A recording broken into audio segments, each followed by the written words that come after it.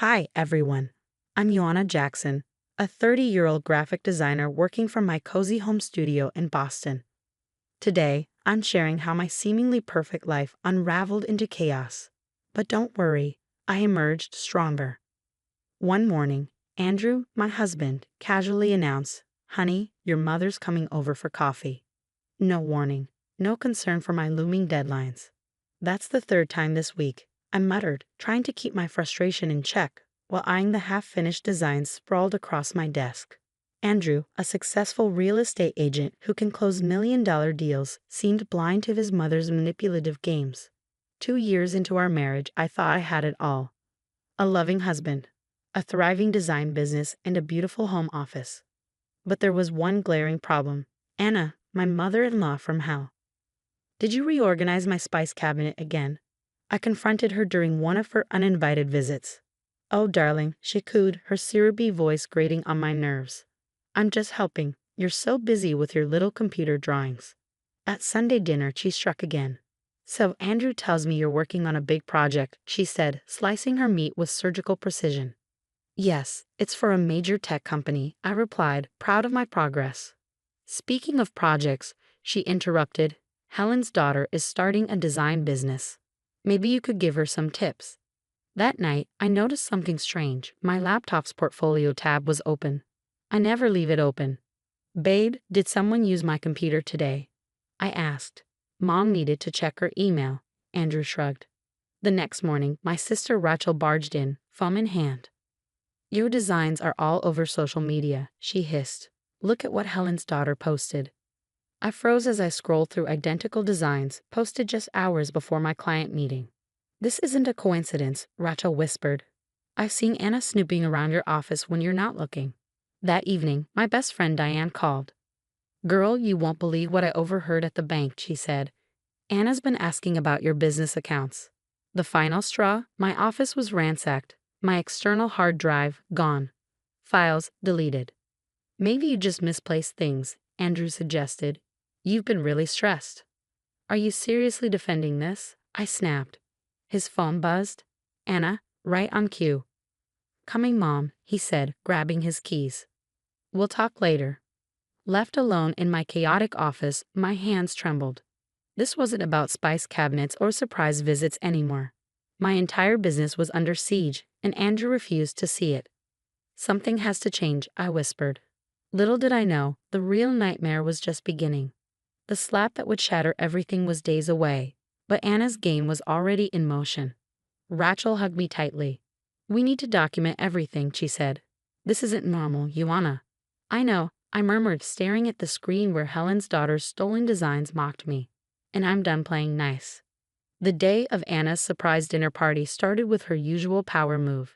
An unannounced visit. "I'm hosting bridge club here tonight," she declared.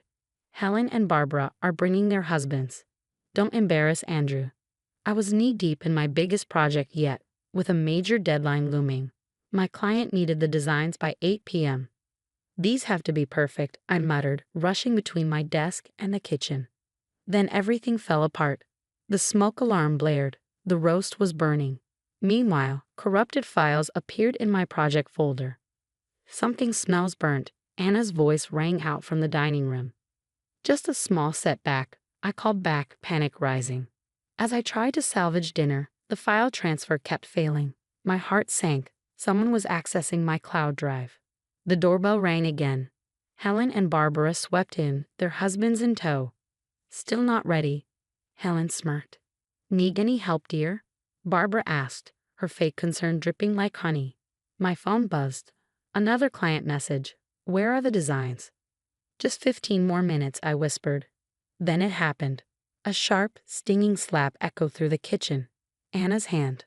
"15 minutes," she sneered. "My friends are waiting." The room spun as Helen pulled out her phone recording. "Mom, calm down," Andrew finally intervened. "Don't you dare tell me to calm down," Anna shouted. "Your wife is destroying our family's reputation." I touched my cheek, tears welling up. "She's just stressed," Andrew whispered later that night.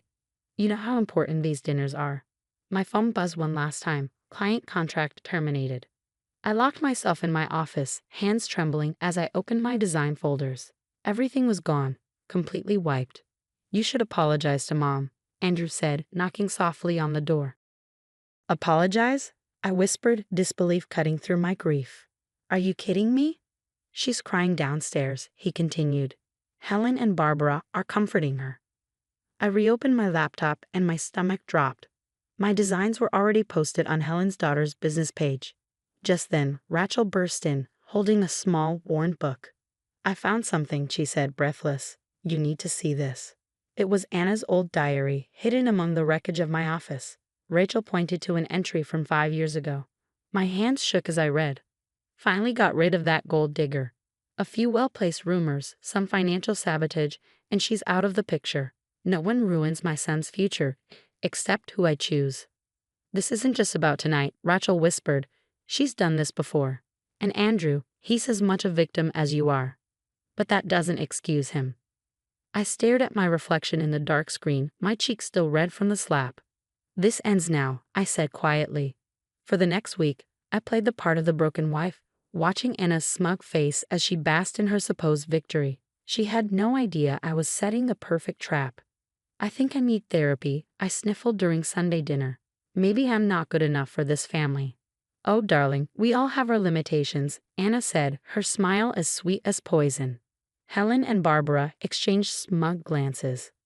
That night, I left my laptop open, a folder labeled New Designs. Confidential prominently displayed. Hidden cameras I'd installed captured Anna sneaking into my office at midnight. Got you, I whispered, watching the footage of her copying files. The next morning, Diane from the bank texted me. Anna tried to access your business accounts again. We flagged it. Another message from Rachel. Found the connection. Jimmy the Shark Martinez. Anna owes him big time. Later, I met Andrew's sister, Emma, at a quiet cafe. She hesitated before speaking. There's something you should know about my mother, she said. Remember Lucy, the church treasurer who moved away? What about her? She didn't move. She found discrepancies in the church accounts. Mom made sure she was discredited. The church fundraiser was in full swing when I made my move. Such generous donations, Anna announced from the podium, especially from our anonymous benefactor. Funny you should mention that, I said, standing. The bank has questions about those donations. Anna's face twitched. This isn't the time, she said, her voice strained. It's never the time, is it? I shot back. Just like it wasn't the time when Lucy found the missing money. The room went silent. How dare you? Helen snapped, rushing to Anna's defense. Show them the transfers, Anna, I challenged. Show them where the money really went. Barbara grabbed her purse, ready to flee. You ungrateful little. Anna lunged, but Emma stepped between us.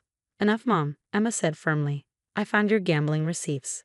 Andrew stood frozen as his perfect family image shattered. Baby, she's lying, Anna pleaded, turning to him. Your wife is trying to destroy us. My phone buzzed.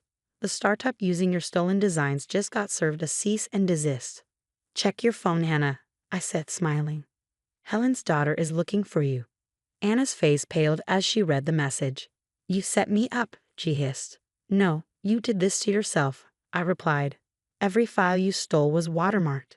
Every secret conversation recorded. Every bank transfer tracked. Emma stood beside me. The church board wants to see you, Mom, she said. Now. Andrew, do something, Anna screamed. But Andrew just stood there, silent, finally seeing his mother for who she really was. Meeting someone later? I asked, feigning innocence. Maybe Jimmy Martinez. Anna's eyes widened in panic. Whispers rippled through the crowd at the mention of the loan shark's name. This isn't over, she hissed, grabbing her designer bag. Actually, it is, I said. The FBI is very interested in those offshore accounts you've been using. As Anna stormed out, her perfectly crafted world crumbling around her, I caught Helen and Barbara trying to slip away. Don't forget your recordings, I called after them. The ones you edited to make me look crazy. I have the originals, I whispered, watching Helen and Barbara leave the church hall in handcuffs. The room emptied, leaving Andrew standing alone. Ioana, he began, his voice uncertain. I held up my hand, cutting him off. Save it. The divorce papers are on your desk. 1 year later, I stood at the podium, accepting the award for Most Innovative Agency of 2024 at the Digital Design Awards. The applause echoed around me, a testament to how far I'd come. As I stepped off stage, my assistant leaned in. "Your security system detected movement at the back entrance." I glanced at the surveillance feed. Anna, her once impeccable designer wardrobe was replaced by a worn waitress uniform. She was arguing with security. "Ma'am, you're not on the list," the guard said firmly. "But that's my daughter-in-law," she pleaded. "Ex-daughter-in-law," I murmured, watching her desperation through the screen. My phone buzzed. A text from Rachel. "Turn on Channel 7. The breaking news showed Helen and Barbara being escorted from their homes in handcuffs. The suspects are charged with multiple counts of fraud and conspiracy. Another message followed. "Andrew, can we talk? I've been in therapy. I understand everything now." I stared at the screen for a moment, then deleted the message. "Ms. Jackson." A young designer approached me at the after-party. "Is it true about Anna Thompson's gambling ring?" "Old news," I said, sipping my champagne. "Focus on your designs." Emma joined me, elegant in her new business attire. "Mom's working at Denny's now. She tried getting help from her old church friends, but they're either in jail or pretending they never knew her." I smiled. "What about the loan sharks?" "They took everything," Emma replied, "even her precious china collection." Another buzz, this time from Diane at the bank.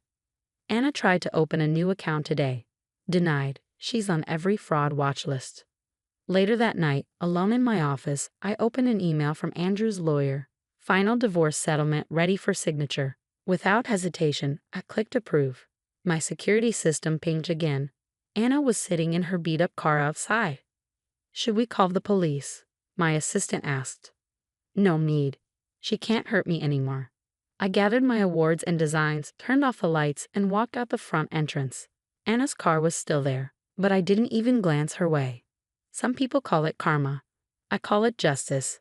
My phone buzzed one last time, a notification that Anna's latest loan shark victim story had gone viral. I smiled, deleted it, and stepped into my new life. Yet as I reflect, a question lingers. Was I too harsh by refusing Andrew's apology? He grew up under Anna's manipulation and finally broke free, realizing how toxic she was. Breaking generational trauma is no small feat. Some believe it deserves a second chance, especially when someone shows genuine growth. But I chose to prioritize my peace and success over reconciliation. What would you have done in my position? Could you forgive someone who enabled years of gaslighting and emotional damage? Or do some bridges, once burned, deserve to stay in ashes? Share your experiences and thoughts in the comments. Have you ever had to choose between forgiveness and self-preservation? How did it turn out?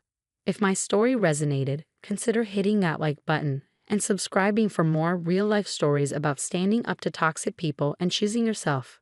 Sometimes the strongest thing we can do isn't fighting back, it's walking away and never looking back.